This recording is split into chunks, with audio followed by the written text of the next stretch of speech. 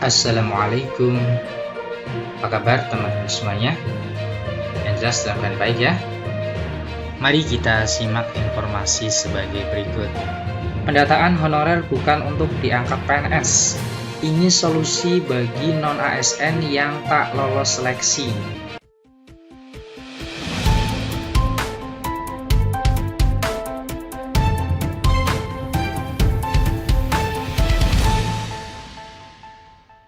Baik, kembali lagi di channel Toge Story. Pada kesempatan kali ini kita akan memberikan info seputar tenaga honorer.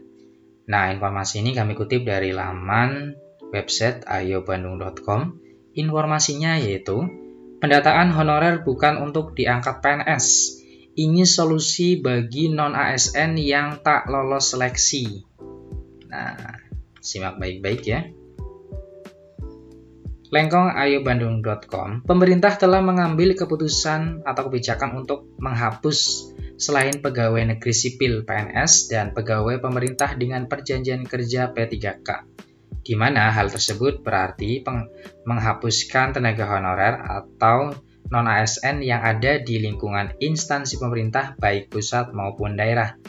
Melalui surat edaran SE B/M.SM.01.00/2022, Kementerian Pan-RB menghimbau pejabat pembina kepegawaian atau PPK melakukan inventarisasi data pegawai non-ASN serta menyampaikannya ke Badan Kepegawaian Negara atau BKN sebelum 30 September 2022.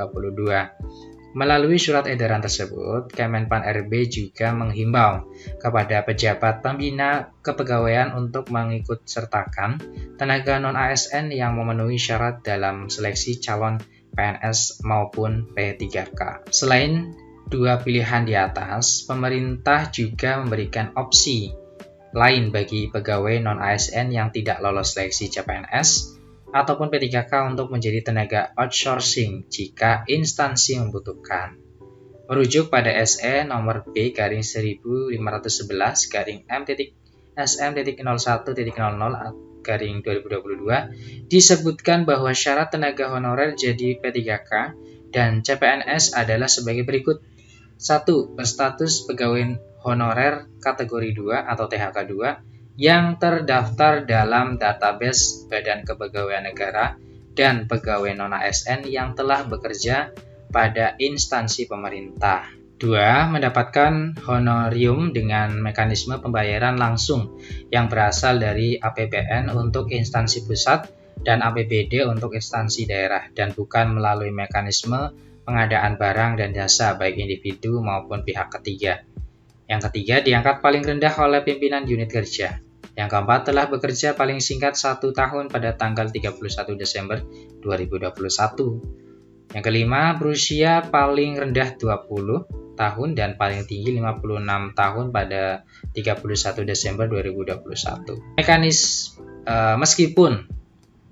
Meskipun honorer THK 2 dan non-ASN jadi prioritas, namun ternyata pendataan tenaga non-ASN tersebut bukanlah untuk diangkat menjadi ASN.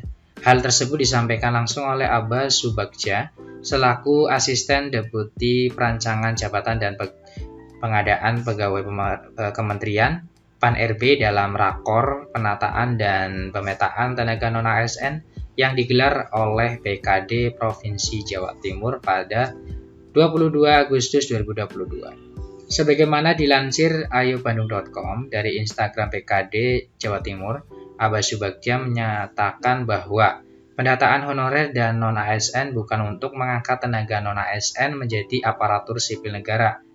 Aba Subagja menegaskan bahwa alasan penting pejabat pembina kepegawaian atau PPK menjalankan pendataan pegawai honorer dan non-ASN adalah untuk melaksanakan pemetaan dan mengetahui jumlah pegawai non-ASN. Ketika kita bicara ini, pendataan pegawai non-ASN, saya sampaikan bukan untuk mengangkat dia, tenaga non-ASN, menjadi ASN, tapi pendataan ini sebagai bahan kita untuk melakukan pemetaan. Sehingga kebijakan apa sih yang harus dilakukan ke depan, tutur Aba Subagja.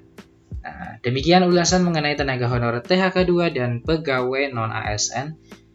Memang menjadi prioritas, namun pendataan honorer bukanlah untuk mengangkat mereka menjadi ASN, tetapi untuk melaksanakan pemetaan dan mengetahui jumlah pegawai non-ASN. Demikian informasi yang bisa kami share, semoga bermanfaat, tetap semangat dan optimis. Terima kasih, see you next time. Assalamualaikum warahmatullahi wabarakatuh.